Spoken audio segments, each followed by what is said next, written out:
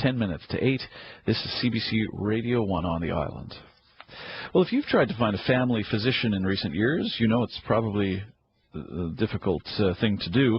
There's a serious shortage of doctors in many island communities and, in fact, across the country. Millions of Canadians do not have a regular family physician.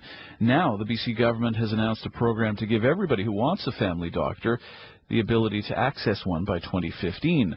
One new innovation will be essentially a dial-a-doc program. The program builds on several pilot programs that have been running in BC for the past few years. One of those pilot projects is in the Cowichan Valley. Dr. Tom Zimmer is part of the project. He's based in Duncan, and he's on the line to tell us more about it. Dr. Zimmer, good morning to you.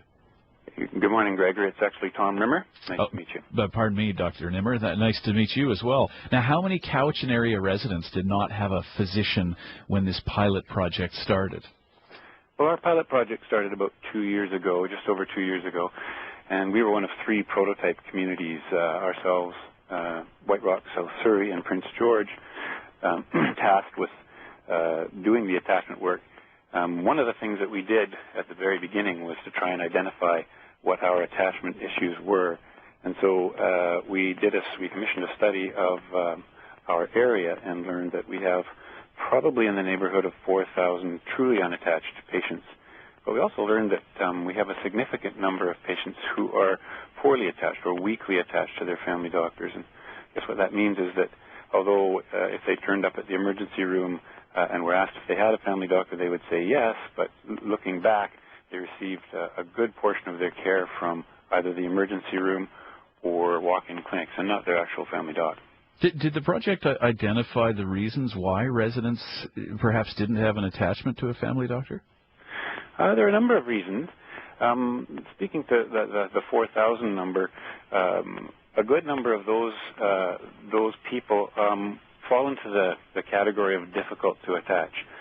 So sometimes there's issues around mental health or substance abuse, and they don't really fit with the usual model of making an appointment with a family doc and keeping it. So those people are often difficult to attach, and they're certainly one of the focus groups of our attachment work. And maybe it's obvious, Dr. Rimmer, but why is it important that people have attachment to one primary physician, especially if they have a chronic illness?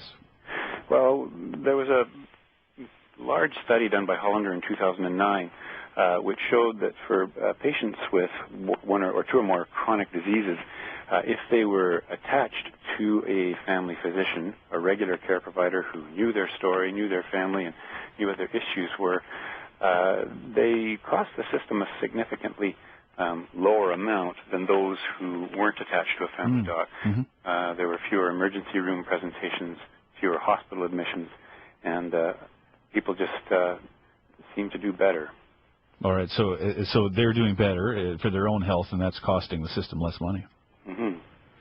So now, what about the practicalities of this? How did the project go about connecting these people with physicians? Well, one of the things that we learned in our attachment work is that each community has its own unique set of issues. For us, we found that there were a number of people who fell into the difficult to attach patient group. So one of the things that we did was try to come up with some creative ways to attach that group. But the way we tackled attachment in general was kind of a multi-pronged approach.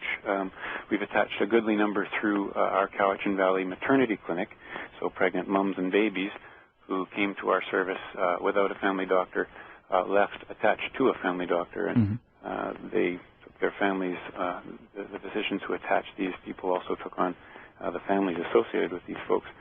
We also have a program called the Hospital Support Program, where if people are admitted to our hospital and they don't have a family doctor locally, or if their family doctor doesn't look after hospital patients, local doctors will do that, and quite a few patients were attached through that program too. What results has the project seen in the numbers of patients with family doctors? Has it been a demonstrated improvement?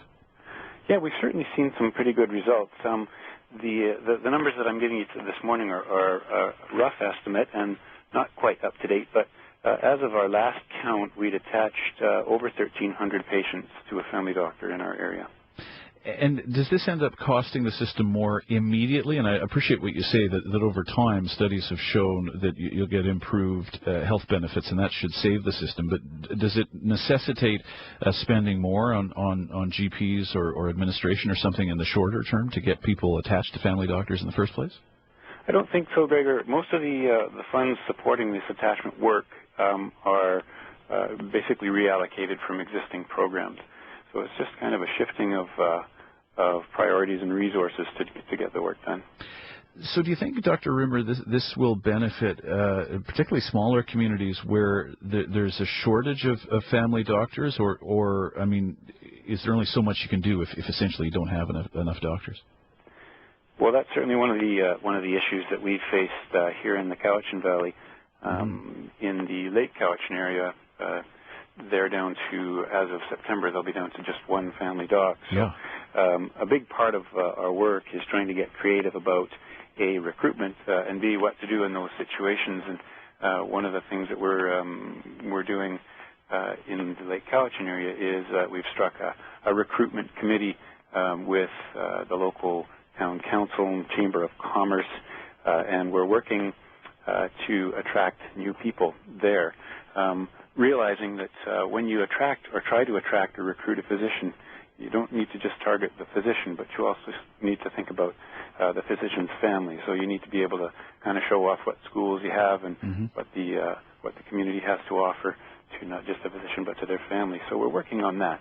We're also looking at piloting a program involving a nurse practitioner doing some of the primary care to take a little bit of the workload off the existing physician out there.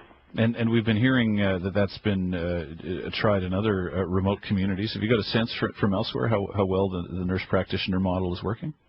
I think in other areas it seems to be working quite well. It's new to us, so we're kind of making things up as we go along.